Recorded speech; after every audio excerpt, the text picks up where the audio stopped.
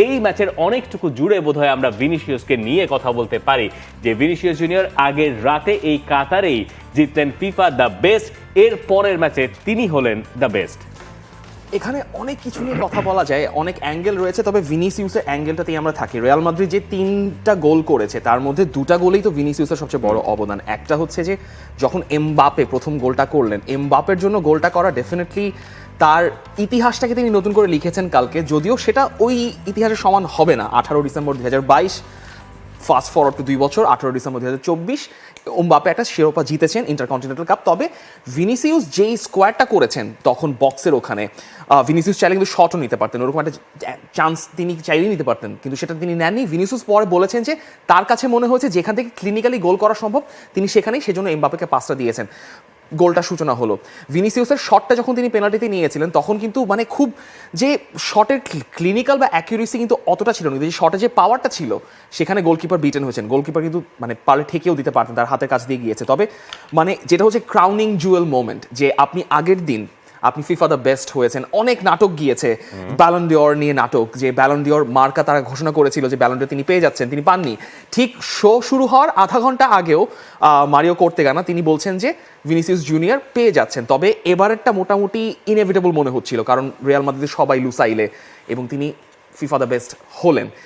এবং সেটা মাঠে প্রমাণ করার জায়গাও ছিল, একদিন পর সেটাও তিনি প্রমাণ করে দিলেন কালকে কেন তিনি ফিফা দ্য বেস্ট হয়েছেন এবার। এবং ম্যাচ শেষে ভিনিসিয়াস জুনিয়র বলছেন যে কেন আসলে এই দুটো দিন তার জীবনে আলাদা করে অনেক বেশি হাইলাইটেড হবে।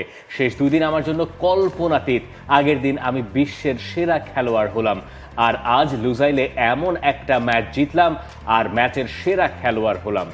সকল ব্রাজিলিয়ান এবং সেসব কিশোরদের প্রতিনিধিত্ব করার সুযোগ আমি পাবো যারা ফুটবলের মঞ্চে পা রাখার জন্য প্রাণান্ত লড়াই করে চলেছে। একটা দারুণ বা ইমোশনাল ভিনিসিয়াস জুনিয়র যদি বলি তাহলে বোধহয় খুব বেশি ভুল বলা হবে না। যেদিন তিনি ফিফা দ্য বেস্ট পুরস্কারটা পেলেন তখন তিনি বললেন যে অনেকেই চায় নাই যে আমি এই পুরস্কারটা পাই বা কিছু, তিনি মূলত আসলে ব্যালন ডিওরের দিকেই নির্দেশ করছিলেন, এবং তার যে একটা বড় সমালোচক গোষ্ঠী আছে তাদের বিপক্ষেই তিনি কথাগুলো বলেছেন।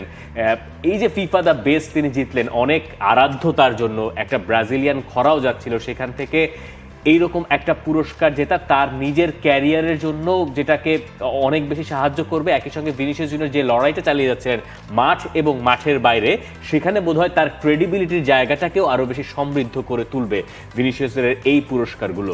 একটা জিনিস সবসময়ই হয়তো আসতে পারে অন দ্য কনভারসেশন টেবল, যে ভিনিসিয়াস ছাড়া অন্য কেউ যদি ওই ব্যালন ডিওর কন্টেনশনে থাকতেন তাকে নিয়ে অত বিতর্ক হতো কিনা, বা তাকে নিয়ে এত মানে চিৎকার চেঁচামেচি হতো কিনা, যে এই ধরনের কথাবার্তা হয়েছে। তবে যেটা বলছেন যে ফিফা দ্য বেস্ট জেতাটা কিংবা ব্যালন ডিওর জেতা কোনোটাই আসলে ভিনিসিয়াসের যে ক্যারেক্টার সেটাকে প্রপারলি করতে পারে না। কিন্তু এই ফিফা দ্য বেস্ট জেতার কারণে যেটা হয়েছে, ভিনিসিয়াস যে লড়াইটা চালিয়ে যাচ্ছেন সেটা আপনি মাঠের ভেতরে বলুন, মাঠের বাইরে বলুন, সেটার জন্য একটা বড় পুশ তাকে দিচ্ছে। আপনি হয়তো খেয়াল করেছেন ফিফা দ্য বেস্ট জেতার কয়েক ঘন্টা পরেই নাইকি কিন্তু একটা ক্যাম্পেইন লঞ্চ করেছে, সেখানে ভিনিসিয়াস নাচছেন, তার খুবই সেই চিরাচরিত ক্যারেক্টারিস্টিক্স। এবং এই জিনিসগুলো আসলে ভিনিসিয়াসকে ডিফাইন করার, মানে ভিনিসিয়াসকে ডিফাইন করার অনেক জায়গায় রয়েছে। তবে ভিনিসিয়াস যে একজন ক্রেডিবল জায়গায় চলে আসছেন, ব্রাজিলে অনেক দিন ধরে একটা খরা চলেছে, আপনি এখনও ব্রাজিলের ট্যালেন্টের কথা চিন্তা করলে বা ব্রাজিলের ওই ফ্লেয়ার ফুটবলার কথা চিন্তা করলে এখনও নেইমারের কথাই বলেন, তার বয়স এখন অনেক মানে মোটামুটি সামনে চলে আসছেন। কিন্তু ভিনিসিয়াস ওই জায়গায় প্রমাণ করেছেন যে তিনি রিয়াল মাদ্রিদ ব্রাজিল মিলে, তার হয়তো ব্রাজিলের ক্ষেত্রে তিনি এখনও ওই জায়গায় পৌঁছাতে পারেননি, তবে ক্লাব ক্যারিয়ারে তিনি ওই জায়গায় চলে গেছেন যে তিনি ব্রাজিলকে রিপ্রেজেন্ট করার মতো জায়গায় তিনি অলরেডি আছেন।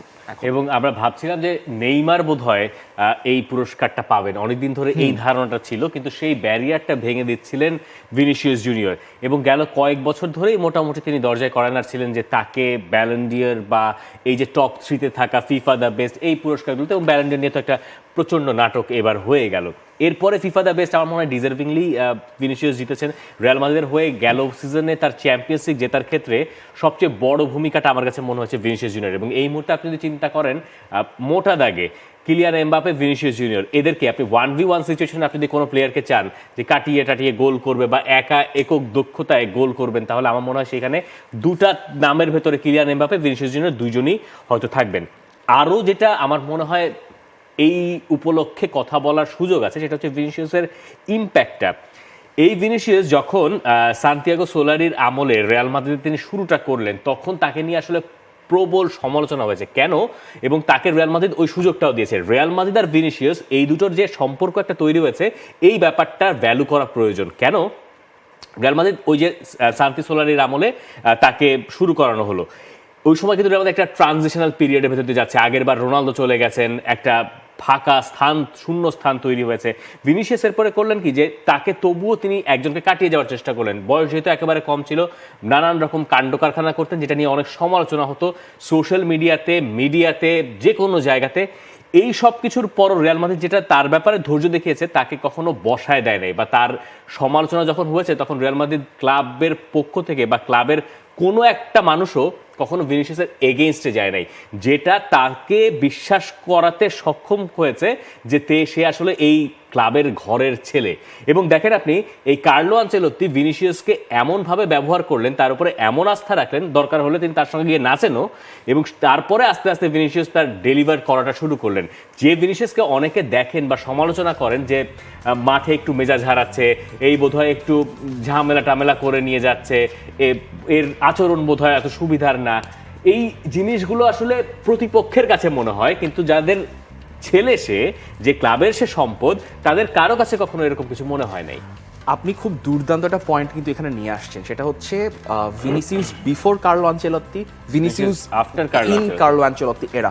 ওই পয়েন্টে হয়তো আমরা যাবো একটু পরে। তবে ভিনিসিয়াসের এই যে মানে এরাটাকে একটু ভাগ করা দরকার। সেটা হচ্ছে তিনি যেভাবে নিজেকে গুছিয়ে নেওয়ার সময়টা পেয়েছেন, সেই গুছিয়ে নেওয়ার সময়টা পার করার পর তিনি যেই সময়টা পার করলেন স্পেসিফিকলি 2021 থেকে এই 2024 সাল পর্যন্ত, আমরা যখন এই মেসি রোনালদো এরাটা শেষ হয়ে যায়, মানে এই যুগটা তো শেষ, আমরা ধরেই নিচ্ছি, সেই যুগ শেষ হয়ে যাওয়ার পর আমরা কাদের দিকে আসলে তাকিয়েছি যে যারা পরবর্তী ফুটবলটাকে নিয়ে যাবে। আমরা সবসময় ওখানে এমবাপে, হল্যান্ডকে নিয়েছি, কিন্তু লাস্ট 3 বছরে যদি আপনি ইম্প্যাক্ট বিচার করেন, সেটা চ্যাম্পিয়ন্স লিগ বলেন, সেটা আপনি ঘরের লিগ বলেন, সেখানে ভিনিসিয়াসের বাইরে এরকম ইম্প্যাক্ট কনসিস্টেন্টলি এমবাপে, হল্যান্ড কেউ রাখতে পারেন যেটা ভিনিসিয়াস রাখতে পেরেছেন। এখন ভিনিসিয়াসের যে কাজটা সামনে করতে হবে, নইলে তাকে হয়তো নেক্সট লেভেলে যাওয়া তার কঠিন হচ্ছে, তার ইন্টারন্যাশনাল ম্যাচগুলোতে এবং ব্রাজিলের জার্সি গায়ে এই রিয়াল মাদ্রিদের ফর্মটাকে টেনে নিয়ে আসতে হবে। এটার জন্য লিওনেল মেসি বহুদিন স্ট্রাগল করেছেন, অনেকদিন স্ট্রাগল করেছেন, ভিনিসিয়াস জুনিয়র কারেন্টলি স্ট্রাগল করছেন।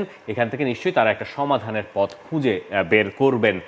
For more updates, subscribe to our YouTube channel and click on the bell icon. Follow us on Facebook and Instagram. Download T-Sports app to enjoy exciting games and highlights. Visit tsports.com.